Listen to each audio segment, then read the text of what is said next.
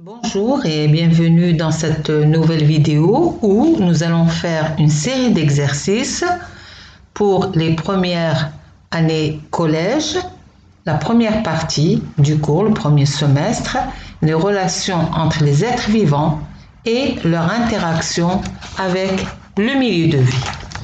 Nous allons faire les séries d'exercices sur le chapitre 1er seulement, observation des milieux naturels. Allez, c'est parti. Cherchez là où les bonnes réponses.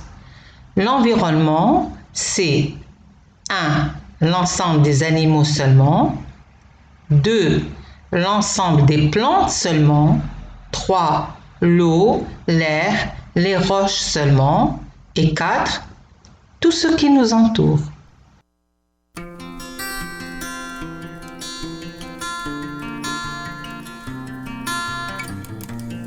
Bien sûr, l'environnement, c'est tout ce qui nous entoure.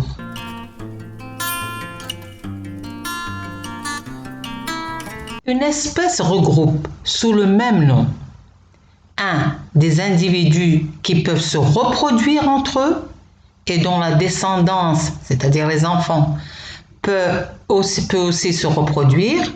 2. L'ensemble des plantes seulement. 3. Des individus qui se ressemblent.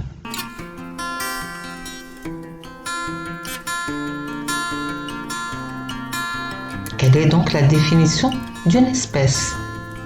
Oui, en effet, une espèce, ce sont des individus qui peuvent se reproduire entre eux, mais aussi il faut que leur descendance, elle aussi, peut se reproduire.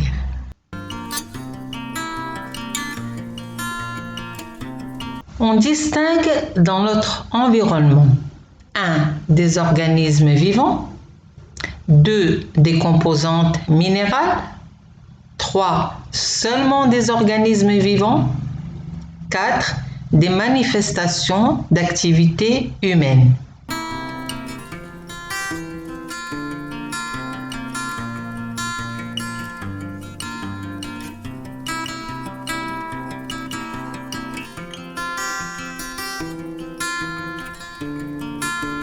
Alors, il y a beaucoup de réponses justes.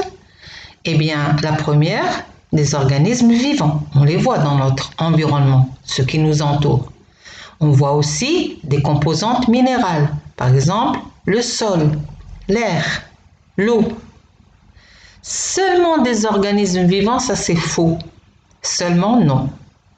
Des manifestations d'activité humaine, oui, on observe des maisons, des routes, des poteaux, etc. Donc, il y a 3 réponses justes. La 1, la 2 et la 4.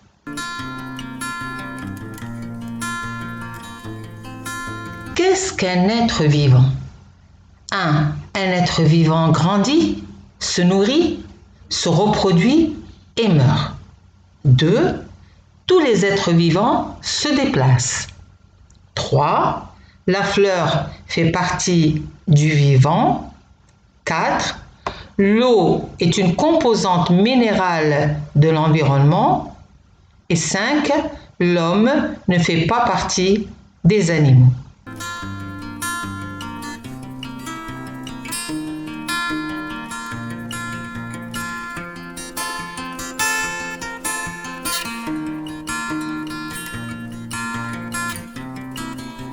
Alors oui, la première est juste, bien qu'elle est incomplète. Un être vivant, il grandit, c'est vrai, il se nourrit, se reproduit et meurt. Mais il faut dire qu'un être vivant, il naît. Il a un début, il naît. Et ça, c'est très important. Donc, considérons la 1 comme juste. 2, tous les êtres vivants se déplacent. Eh bien, c'est faux. Un arbre, par exemple, c'est un être vivant, il ne se déplace pas. 3. La fleur fait partie du vivant, c'est vrai. Et 4. L'eau est une composante minérale de l'environnement, c'est-à-dire c'est le non-vivant. C'est vrai aussi. Et l'homme ne fait pas partie des animaux, ça c'est faux. L'homme fait partie des animaux, des mammifères. Donc, on a la réponse 1, elle est juste, la 2 fausse, la 3 juste, la 4 juste et la 5 fausse. Dans la liste des éléments suivants, on considère comme appartenant au vivant 1. Des feuilles tombées au sol, 2. Du sable, 3. De l'eau, 4. Une araignée, 5. Du dioxyde de carbone, le CO2, qu'on expire. Alors, qu'est-ce qui appartient au vivant?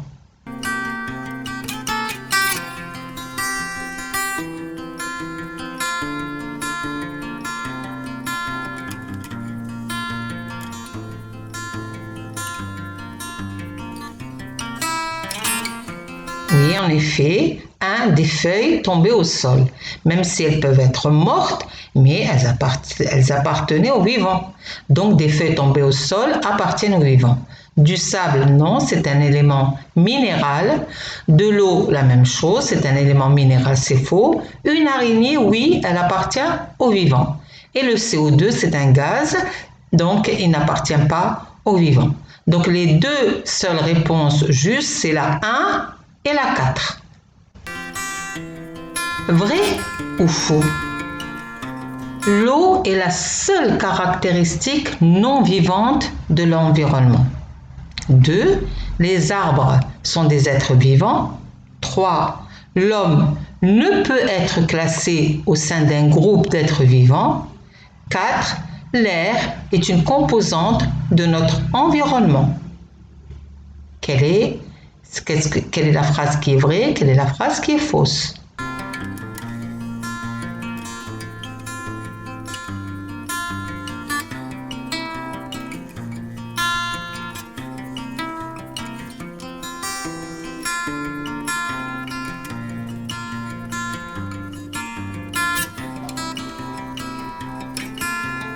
Eh bien, la 1, l'eau est la seule. Quand on dit seule, c'est pas vrai. Ce n'est pas la seule caractéristique non vivante. Il n'y a pas que l'eau, il y a aussi l'air par exemple, il y a le sol. Donc c'est faux. 2. Les arbres sont des êtres vivants. Oui, bien sûr, ce sont des êtres vivants. Vrai. 3. L'homme ne peut être classé au sein d'un groupe d'êtres vivants. Pourquoi? L'homme est vivant, mais bien vivant. Donc la phrase est fausse. Et 4. L'air est une composante de notre environnement. Eh bien, vraiment, c'est vrai.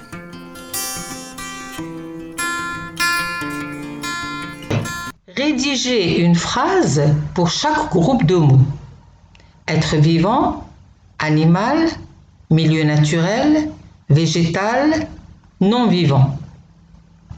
Et 2. Unité, cellule, structure, être vivant.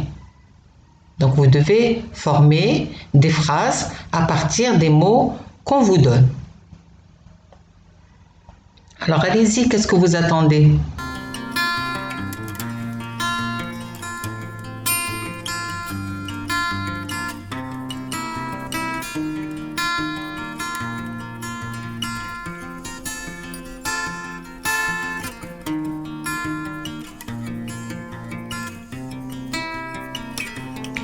Alors en effet, la première phrase peut être « Un milieu naturel est constitué d'êtres vivants, animaux et végétaux, et du non-vivant ». Donc ça, c'est une phrase que je vous propose. Vous pouvez avoir d'autres phrases avec tous les mots, mais il faut que la phrase soit claire, cohérente, compréhensible. D'accord ?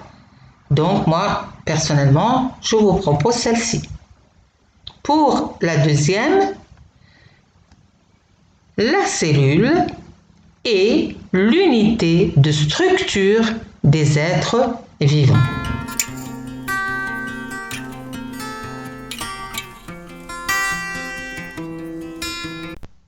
La liste suivante représente des éléments vivants et des éléments non vivants. Maison, fleurs, roches, eau, oiseaux, papillons, dioxygène, mouches, air, fer. dresse un tableau où seront classés les éléments vivants et les éléments non vivants et remplit ce tableau à partir de la liste des éléments proposés. Alors, est-ce que la question est claire? Il faut dresser un tableau où tu dois classer tous ces éléments. Voilà, ça c'est vivant et ça c'est non vivant.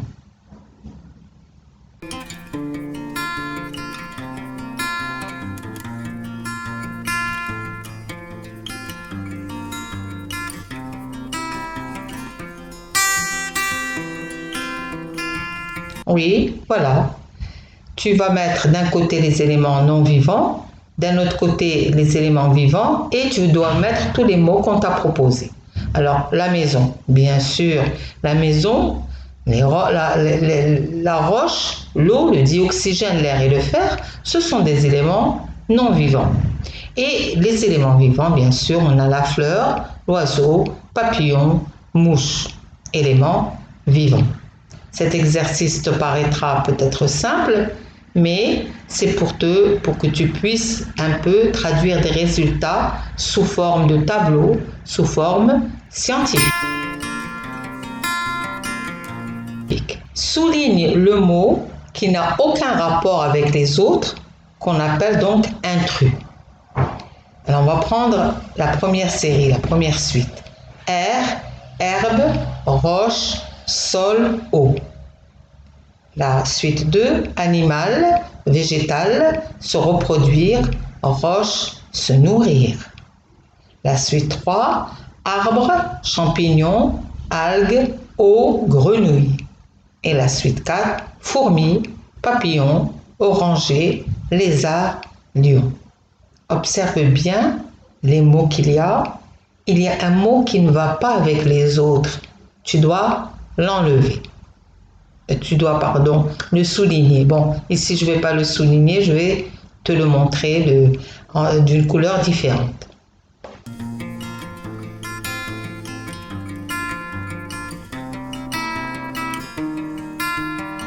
Alors, prenons la suite 1. On a l'air, l'herbe, roche, sol, eau. L'air, la roche, le sol et l'eau sont tous, ils appartiennent aux non-vivants. Il n'y a que l'herbe qui appartient aux vivants. Donc l'herbe est un intrus. La suite 2. Animal, végétal, se reproduire, roche et se nourrir. Là, c'est le contraire. Tout ça appartient au monde du vivant, sauf la roche. La roche appartient aux non-vivants. Se nourrir, c'est une des caractéristiques du vivant. Se reproduire, c'est une caractéristique du vivant. Et un animal et un végétal, c'est un vivant. Donc, qu'est-ce qui est comme intrus? C'est la roche. 4. On a arbre, champignon, algues, eau, grenouille. Tout ça, c'est des êtres vivants. Arbre, champignon, algues, grenouille. Êtres vivants. Il n'y a que l'eau, qui est un intrus, qui appartient aux non-vivants. La suite 4 maintenant. On a fourmis, papillons, orangers, lézards, lions. Bon, ils appartiennent tous aux vivants. Donc, on ne peut pas dire qu'il y a le non-vivant et le vivant. Et on regarde de plus près. On a tous, la fourmi, le papillon, le lézard et le lion, tous, ils appartiennent à la faune. Par contre, l'oranger, il appartient à la flore, c'est un végétal. Donc, l'intrus ici, c'est l'oranger parce qu'il appartient à un végétal, à la flore et non à la faune.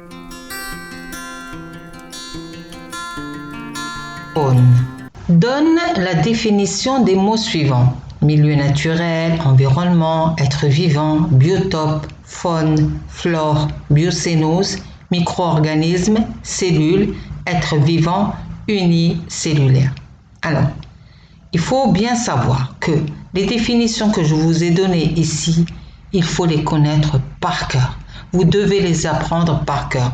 C'est un langage scientifique que vous devez avoir, que vous devez acquérir. Donc, vous devez apprendre par cœur, tout simplement. Alors, on commence par la définition d'un milieu naturel. Un milieu naturel, c'est un espace, c'est un lieu non impacté par l'homme. il n'y a pas l'intervention de l'être humain et où peut vivre éventuellement et se développer un être vivant, qu'il soit une bactérie, une plante, un animal. C'est-à-dire que ce soit un micro-organisme qu'on peut observer au microscope, qu'un organisme comme une plante ou un animal qui est visible à l'œil nu. Exemple de milieu, le désert. C'est un milieu naturel. S'il n'est pas impacté par l'homme, je répète naturel, la prairie, là où il y a des coquelicots, des fleurs, la forêt. Mais la question qui se pose, existe-t-il encore des milieux naturels, c'est-à-dire des milieux où il n'y a pas l'intervention de l'être humain? Non, une remarque très très importante. Quand le milieu naturel accueille la vie, c'est-à-dire un milieu où peut vivre et se développer un être vivant, qu'il soit une bactérie, une plante ou un animal, je le disais tout à l'heure, eh bien on parle alors de milieu de vie ou biotope.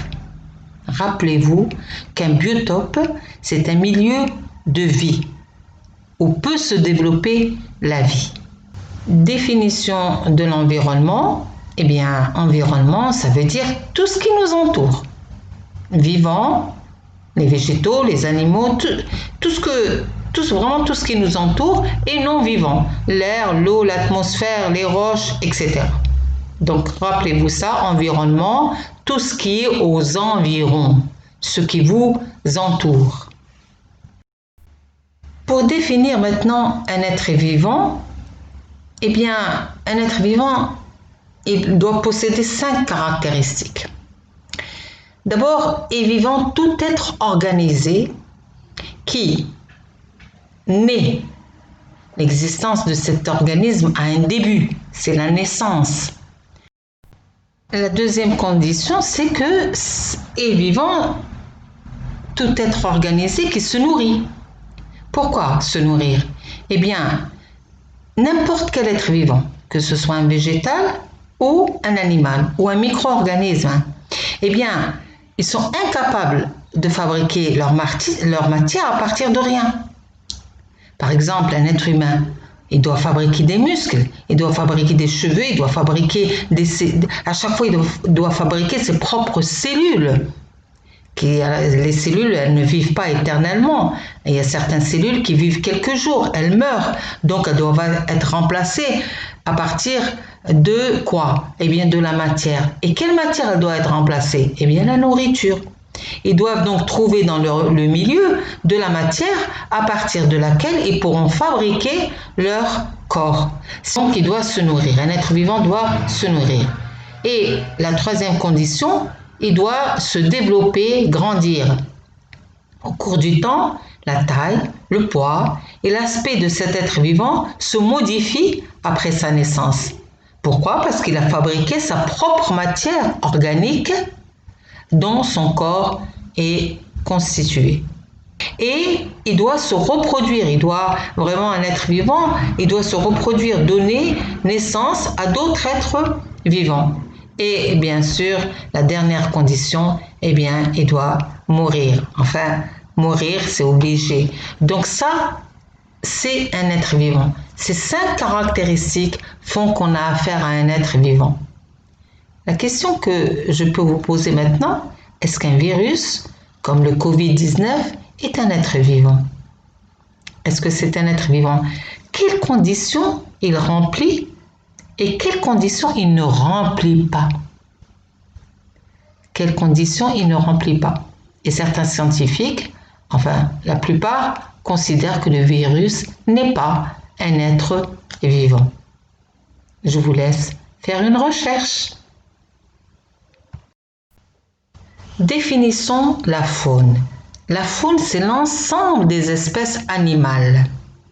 En fait, c'est l'ensemble des espèces animales qui vivent dans un territoire géographique bien précis, dans une époque précise, etc. Mais on retient cette simple définition.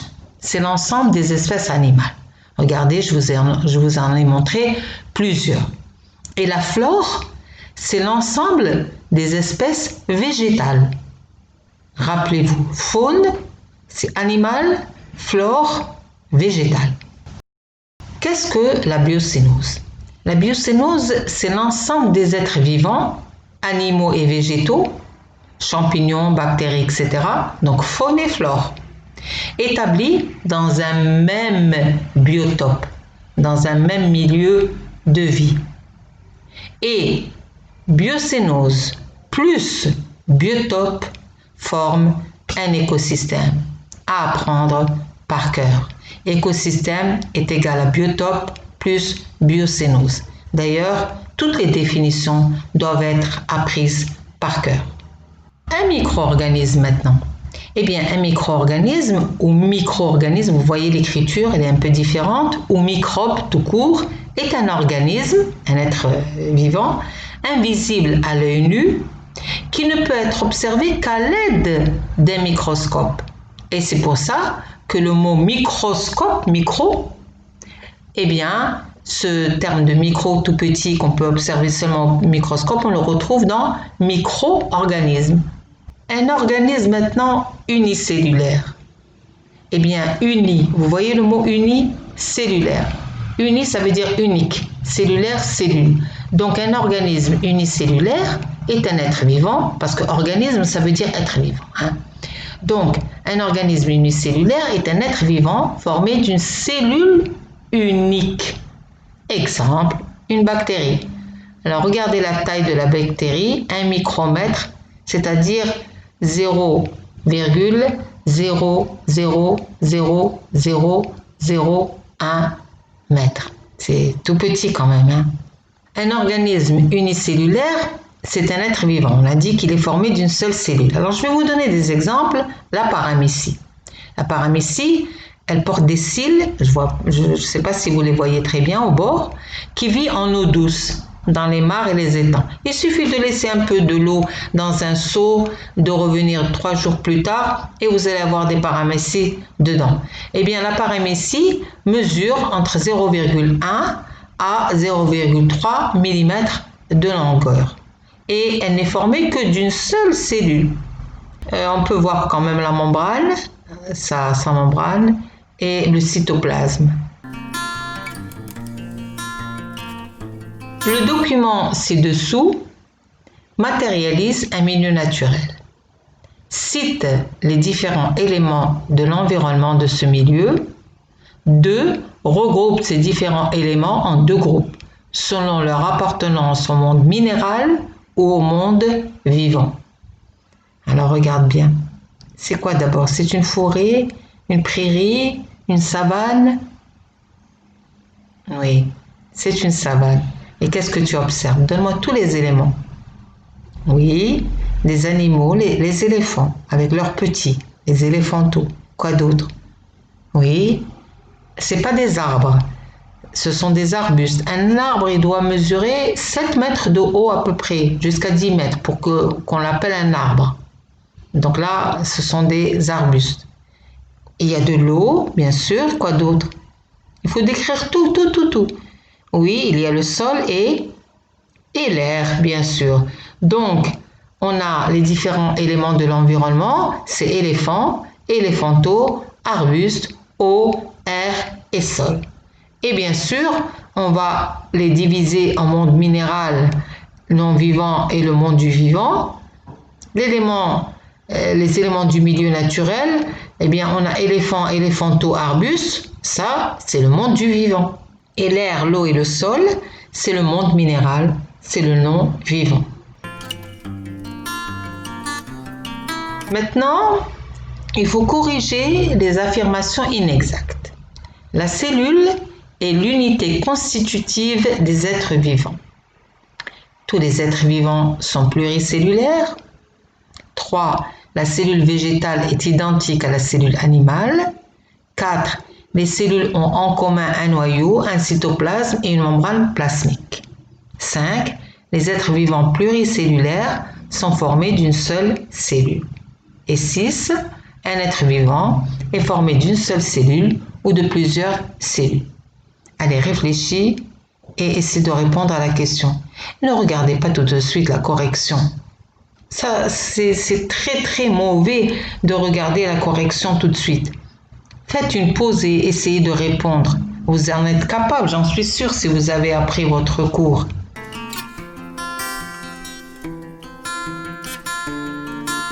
Allez, on va prendre la première.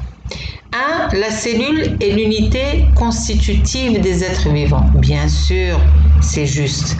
Un être vivant, n'importe quel être vivant est constitué de cellules. D'ailleurs, c'est une des caractéristiques des êtres vivants d'être constitué de cellules. Vous n'allez pas trouver une roche ou l'air ou l'eau constituée de cellules. Ça appartient au non-vivant. Mais si vous prenez n'importe quel organisme vivant, eh bien, il est constitué de cellules. Une bactérie, une seule cellule. Paramécie, une seule cellule. Et nous, des milliers de cellules, des milliers. 2. Tous les êtres vivants sont pluricellulaires. Mais c'est faux, bien évidemment. Certains êtres vivants sont pluricellulaires et d'autres unicellulaires. Donc, on a corrigé. 3. La cellule végétale est identique à la cellule animale. Faux et archi faux. La cellule végétale n'est pas identique à la cellule animale. Qu'est-ce qui fait la différence? Eh bien, d'abord regardons les points communs. Tous les deux ont une membrane plasmique. Tous les deux ont un cytoplasme, un noyau et des inclusions cytoplasmiques. Les inclusions, c'est ce que la cellule prend de l'extérieur ou qu'elle fabrique, etc. Car une cellule est dynamique. Elle n'est pas figée, elle fait des échanges avec le milieu extérieur, elle fabrique des choses, elle prend des choses de l'extérieur, etc. Eh bien, il y a une différence fondamentale d'abord entre une cellule animale et végétale, c'est la présence de la paroi. Une cellule, par exemple d'épiderme d'oignon, là j'ai pris une cellule d'épiderme d'oignon rouge, tout simplement, et regardez le grossissement, c'est 400 fois, eh bien elle présente une paroi rigide. Cette paroi qu'on appelle aussi matrice extracellulaire. Eh bien, la paroi n'existe que chez une cellule végétale. Nous, nos cellules n'ont pas de paroi du tout. Et la membrane plasmique, elle est parfois collée à la paroi d'une cellule végétale. Alors, vous allez me dire, et où sont les trucs verts qu'on a vus tout à l'heure? Là, comme j'ai dit que c'est l'épiderme d'oignon rouge, l'oignon n'est pas vert. Mais si j'avais mis une cellule, par exemple, d'une feuille, j'aurais mis des petits points à l'intérieur verts et j'aurais dit il y a un organisme qui n'existe pas dans les cellules animales, ce sont les chloroplastes. On en reparlera dans les exercices prochains. 4. Les cellules ont en commun un noyau, un cytoplasme et une membrane plasmique. Vrai. 5. Les êtres vivants pluricellulaires sont formés d'une seule cellule. Mais non, pas du tout. Les êtres vivants pluricellulaires sont formés de plusieurs cellules. Vous voyez, plusieurs. Je peux corriger aussi et dire les êtres vivants unicellulaires sont formés d'une seule cellule. Un seul. Et 6. Un être vivant est formé d'une seule cellule ou de plusieurs cellules. C'est vrai, on a des êtres vivants unicellulaires et des êtres vivants pluricellulaires. Complétez le texte avec les mots suivants. Humidité, un hygromètre, température, lumière, éclairement. Un milieu est défini par des caractéristiques physiques comme un thermomètre mesure en degrés Celsius, mesure la quantité de vapeur d'eau en pourcentage d'eau. Un luxmètre mesure la quantité d'eau. Alors, quels sont les mots que vous allez mettre dans cet espace qui est vide?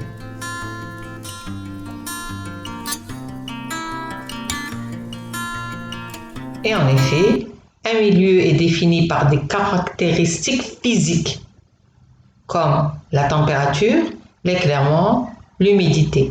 Alors bien sûr, il y a d'autres caractéristiques, la présence ou non d'un sol, etc. Un thermomètre, c'est lui qui mesure la température en degrés Celsius. Et un hygromètre mesure la quantité de vapeur d'eau en pourcentage d'eau. Combien il y a d'eau en pourcentage. Et un luxmètre mesure la quantité de lumière. Et pour finir, rappelez-vous que notre environnement se compose de 3 catégories d'éléments. 1. Des éléments vivants, les êtres vivants, animaux et végétaux, faune et flore, mais aussi leurs traces ou leurs restes, coquilles d'escargots, plumes d'oiseaux, feuilles qui tombent d'un arbre. 2. On trouve aussi des éléments minéraux, ce qui est naturel, mais pas vivant, l'air, l'eau, les roches. Et 3. Des éléments artificiels, ce qui n'est pas vivant, mais qui est créé par l'homme, les maisons, les routes et parfois des déchets. Donc rappelez-vous, c'est une petite synthèse sur les composantes de notre environnement. Regardez autour de vous, vous allez trouver toujours ces éléments. Et j'espère que vous allez trouver des éléments vivants, comme des plantes autour de vous. Parce que si vous habitez dans un endroit où il n'y a aucune plante, c'est très très mauvais. Les plantes, elles donnent quand même l'oxygène et elles enlèvent le dioxyde de carbone. Elles enlèvent la pollution. Voilà, nous sommes arrivés à la fin. J'espère que vous ferez ces exercices, non pas seulement une fois, mais plusieurs fois. Apprenez aussi les définitions. Et si vous avez n'importe quel problème, laissez-moi un commentaire. Je préfère que vous me laissiez un commentaire en me disant « j'ai pas compris ça, je n'ai pas compris ça » plutôt que de cliquer sur « j'aime pas ». Dites-moi ce qui ne va pas pour que je puisse vous aider. Je suis là pour vous aider. D'accord? Ne l'oubliez pas. Et donc, je vous revois dans une prochaine vidéo où nous allons étudier, faire des exercices sur la respiration dans différents milieux. Enfin, j'espère, Inch'Allah. Allez, au revoir et à bientôt.